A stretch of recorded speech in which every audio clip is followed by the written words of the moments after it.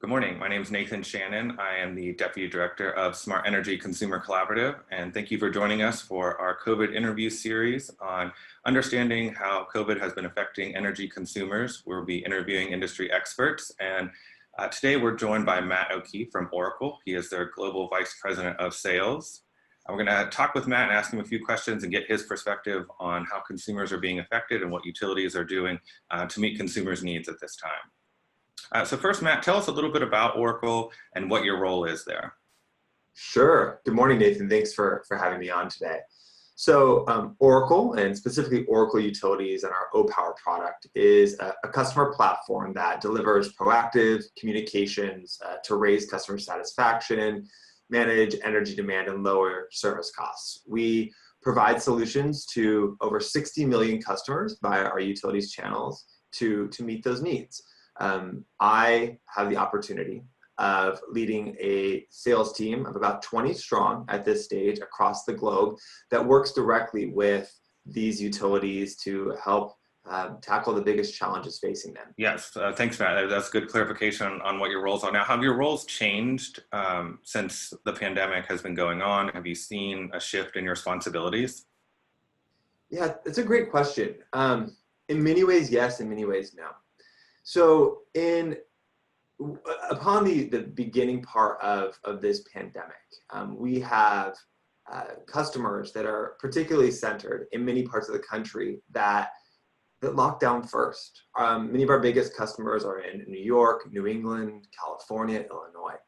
And as the pandemic started to really impact those communities and more folks were staying home, our jobs shifted immediately. We, much like our utility clients, went into a mode to ensure that we are tackling whatever problems come at us first. So whereas typically my organization is focused on ensuring that our revenues and our sales are increasing to meet quarterly and annual targets, we had to stop almost all sales activities to ensure that our customers were getting everything they could out of what they have.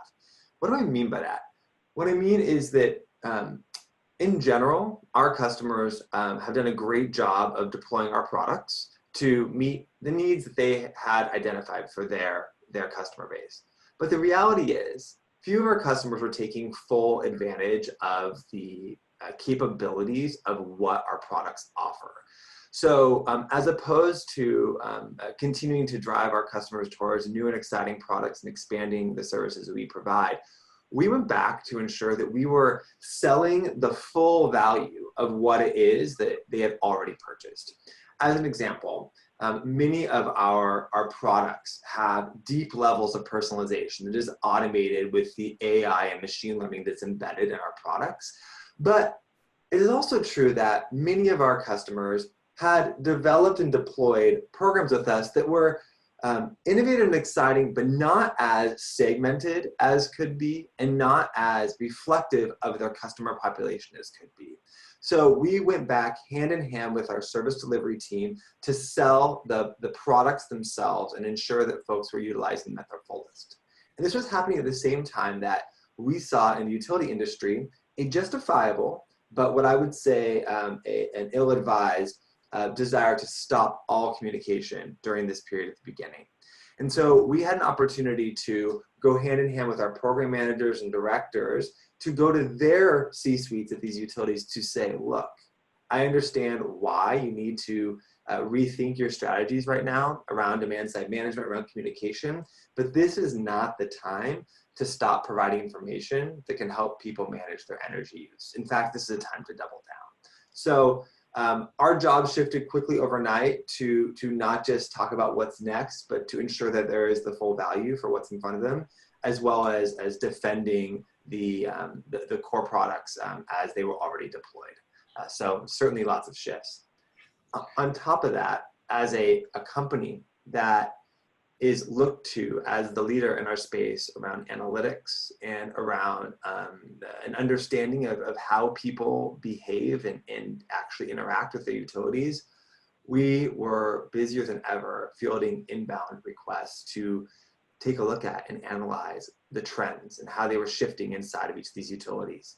Our team is really flexible and can act quickly, and also has the energy data of over 60 million customers. So we were actually able to provide insights quicker to our utilities than their own internal teams when it comes to the shifts that were going on with energy usage and consumption, particularly on the residential side of their businesses. So there was a lot of shift in what we were doing for our customers and how we were interacting with them on day one.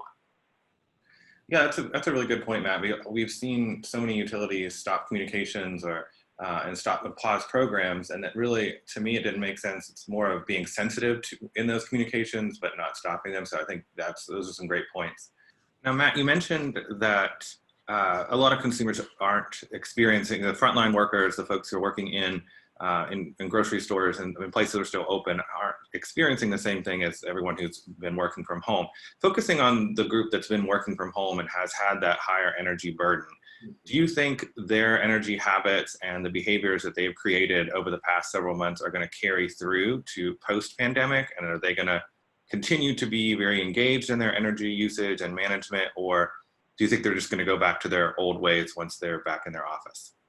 What a great question. So do we know for sure? No, but let me share some insights about what we've seen. First of all, it has been remarkable what we've seen in research on our own customer base. And that is that anxiety over household energy bills has increased in each month. In April, and then it went higher in May and higher in June and even to July. Where more than 60% of customers are currently feeling anxious about their energy bills. So they are aware that things have shifted underneath them. They are aware that their monthly budget may have been impacted by the pandemic and associated recession. But this anxiety is driving a higher willingness to take energy savings in the home. People are unplugging devices, taking shorter showers, and engaging at higher levels than ever with online home energy management tools and the audits themselves. We've actually seen that people are reading our home energy reports at a higher level, where typically folks were engaging with them and readership was around 75 to 77%. We're now seeing it around 85% today. And so that market increase shows folks are hungry for this information. But what we have seen is some really interesting things in the home. Using our advanced disaggregation and detection algorithms, we've been able to determine a couple really interesting insights. For example, we're seeing significantly higher oven and dishwasher usage. I don't know if you've seen this in your own home, Nathan, but we've tried some dishes we never would have beforehand and are cooking almost all of our meals at home when we were out and about far more in advance. But we're seeing far fewer loads of laundry. Our analysts are calling this, our data science team, the sweatpants effect. So where we are certainly filling our bellies as often as possible with new, unique meals from the latest recipes, we're not dressing the same way we used to beforehand, and probably living in our sweatpants quite a bit more than we ever had before. So when it comes to post-COVID life, we imagine things will be quite different. But I will tell you that for us, COVID and the associated recession right now has reinforced the importance of many of our longest term priorities. One is that managing home energy usage needs to be as inclusive as possible, and thinking around folks' energy burden is incredibly critical, as well as their ability to pay. And because our analytics engine is able to really segment and personalize on these metrics, we expect to do that even more so moving forward as our customers have identified increasing budgets in need to do these types of activities. We've also noticed that the personalization of our content for how a consumer uses energy is going to actually be even more dramatically different than beforehand. This bifurcation we've seen and we've talked about already today, Nathan, is increasingly occurring. Not only are people shifting how they use, we think that it's going to become even more dramatic in the months ahead. We were seeing an increased use in electric vehicles. Before the pandemic, that was on an upward trajectory. Now, during this period, it's gone to zero and down to just a couple miles of charging each month, miles equivalent of charging each month. For many of our customers, we do expect that to change quite a bit. But I also imagine that this sweatpants effect on the appliance usage in the home will actually linger for longer than you might imagine, as more folks transition to more regularly working from home, even if their office is open. So we will see what happens in the months ahead, but I do think that there will be some impacts that we felt for months and years to come. Yeah, I definitely agree. The sweatpants effect has saved me a lot of money on dry cleaning. That can go towards extra energy bills if those are going up as well. So, I think there's a little give and take. There's some appliances you're using a lot more, some you're using a lot less, and so we'll see how that plays out after things calm down. So, Matt, you mentioned consumers being anxious about higher bills. Also, we've seen job loss from some consumers. So the financial part of interacting with energy and being able to pay your bills is obviously a big impact of COVID. So have you seen consumer programs being run by utilities that have had success in getting consumers back on track, helping them reduce maybe some back payments or arrearages that they have or late fees? What areas have you seen success in that to get them financially back on track? Yeah, great question, Nathan. This is an area of long-term focus for OPower and our solution, but particular focus right now. And what we have been so excited about is that all the solutions that are available to help people with their to manage their energy costs in their homes have increasing focus right now, and there's increasing visibility from leadership inside of our utilities that we work with. And one area that has really shifted quickly is in proactive high bill alerting. So in general, this has been something that OPower has long pushed as an idea that this should just be table stakes. This should be standard service for all customers with AMI. It's the idea that we have your AMI usage. We know how you used in the past. We know what's going on in the local economy and local weather. So let's proactively let you know what your bill is going to be at the end of the month based upon your patterns at the first half or first quarter of the month. And it will alert you if you're heading towards what would be an unusual amount of usage for this period. These high bill alerts have been deployed at many utilities across the country, but not by enough. And we have seen a huge increase in the number of our utility clients that have asked for these to be deployed in the last couple of months. And this is for good reason. Although we want to ensure that we have the ability to help folks out who are in arrears, folks who are close to shut off, the best way to do that is going to be to ensure they never get there. And we think the best way we can do that is by letting folks know well in advance of when their bill is due or when their bill is actually finalized to help them figure out how they can actually manage that energy usage. So if it's June and you've forgotten about the impact of using air conditioning on your bill, if at a week in, it's trending towards what would be higher than normal, we can alert you and let you know so that you can decrease your consumption before you actually rack up that bill by the end of the month. So we're seeing increasing number of utilities deploy this product. And Nathan, what's been really interesting is that this is the time when the silos inside of our utility companies that were keeping these products from being deployed were quickly broken down. If this was maybe a demand side management measure, maybe it's a customer service measure, maybe it's a measure for the low income team, and they couldn't quite all come together to figure out how to make this work, overnight, those groups came together with all hands on deck to deploy solutions that could solve problems. And so whereas it took oftentimes months, if not years, to make these decisions, they were able to make these decisions in a matter of weeks, knowing what it could do to help impact people's bills. So that's just one example of what we're seeing our customers do. But broadly, we are recognizing that our utility partners across the country understand that providing proactive information that helps people change their behaviors and understand the impact of their decisions in the home on their bills are being deployed at higher levels than ever before. Yeah, I think right now is the time that's the most important because so many utilities have had moratoriums on cutoffs and things like that, but those are being lifted as we speak. So we are going to start moving into a phase where folks may have those issues coming up. So it's really important to stay, dynamic and be able to address those issues. So thank you for that, Matt. Shifting gears a little bit, along with the pandemic, we are in the midst of a social justice movement. And that's an issue that's touched everyone's lives. And I'm curious to see how it's affected you or work at Oracle. Yeah, of course. Nathan, thanks for asking this question. Like everyone in the country and like every workplace in the country, the pandemic and the Black Lives Matter social justice movement have impacted all of our lives.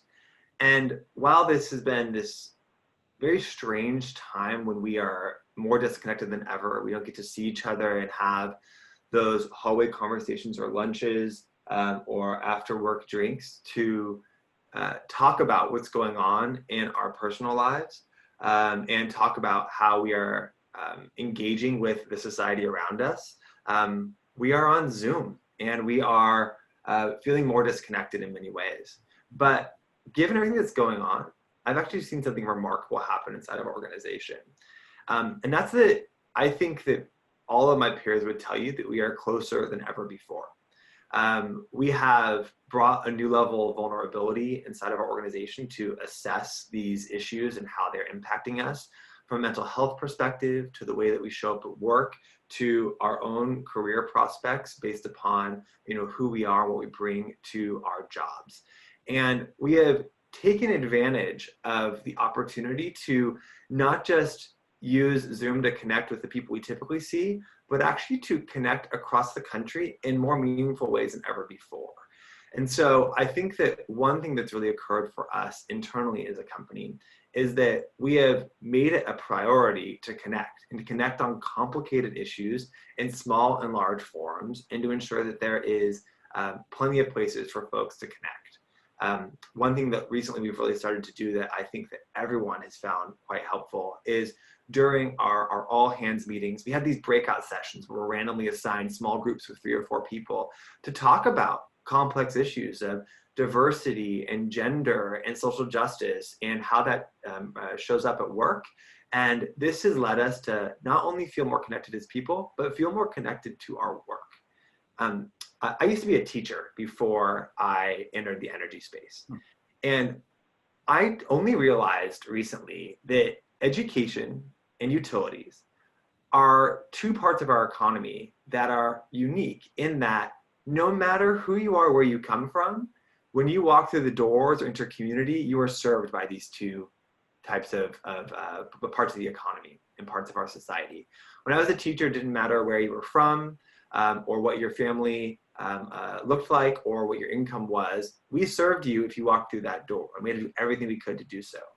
Similarly, for our utilities, everyone in their community has access to water and gas and electricity via these utilities, and that's the regulatory compact that these organizations exist under. And with this framework, we thought about how we can bring our perspective as a company to our utility partners who serve everyone in the community, and think about how we can do that in the most important way possible and the most rational way possible. And I brought up teaching because in teaching, there's this idea of scaffolding, that you may have 30 kids in your classroom, but that they don't all start on an equal playing field. And that if you have a lesson and objective, you have to scaffold folks to help all of your students to make sure they're going to get there in the same way. You have to have building blocks to get them there and bring them along to the final objective.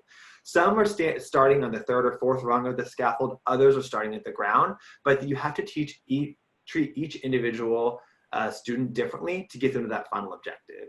This is the same idea that drives O-Power in the work that we do. And it's the idea that utilities and the energy space are becoming increasingly complicated, but we have the tools to properly scaffold those conversations, to help folks understand how a rate change is going to impact them. Some folks understand time of use rates, most don't, and let's scaffold your education to get you there to understand how it will impact you. Some folks want to get an EV and know where to start because their neighbor already have one. Others are so overwhelmed by the barriers that they need to have that scaffolded introduction to how they can overcome those barriers to adopting an EV. So when we think about this complicated time and how inside of our organization, we had to face and examine all of the same issues that society did broadly, one thing that we all came to is an understanding that there are a ton of challenges going on, but that in this narrow area that we impact as a company, in this space that serves all people, we can stand proud in having a solution that can help as many people as possible to move up that scaffold to understand their interaction with what we think is an incredibly important thing, which is your energy that provides the foundation for the life that you live and the life that your family lives in your home. That's very well said, Matt. I love that analogy. Thank you. It's a perfect tie-in. So to wrap up, just one last question. In 2020, what did you expect to see in the energy industry that didn't come, or maybe what you wanted to see that didn't come? Let me count the things, right? In our personal lives, our professional lives, and here at O-Power, a lot that we expected to happen in 2020 did not happen. One thing I will tell you that we were really prepared for in 2020 was this huge shift towards the electrification of transportation. We have been building products and developing ideas and custom services for the forthcoming onslaught of electric vehicles. And while adoption still does continue, the pace with which the adoption is occurring has certainly slowed. And so for us, we are looked to and trusted by our partners in the utility space as the company that can help change behaviors. Now, that behavior change that we have helped to drive has most regularly been seen alongside helping folks decrease their energy usage through behavioral change. But the truth is, our most strategic partners come to us to help change behavior on any complex issue in front of them. Whether they want to move folks to time of use or time of day rates, or they want to move folks to automatic bill pay online, or they want to get folks to go ahead and do a detailed audit of their home. We've helped our customers do that across the board. But we were gearing up to really help more and more customers help their customers overcome the barriers to EV adoption. And this has not been as much of a focus in the last couple of months, but I will tell you that those conversations are beginning again. And I do expect that in year 2021, we'll see not only more utilities investing in solutions to help get their customers on board with electric vehicles, that they will also start to take the time and money to engage with those folks with electric vehicles at a much higher level, to recognize that these are our premium customers that they need to provide premium service to as well.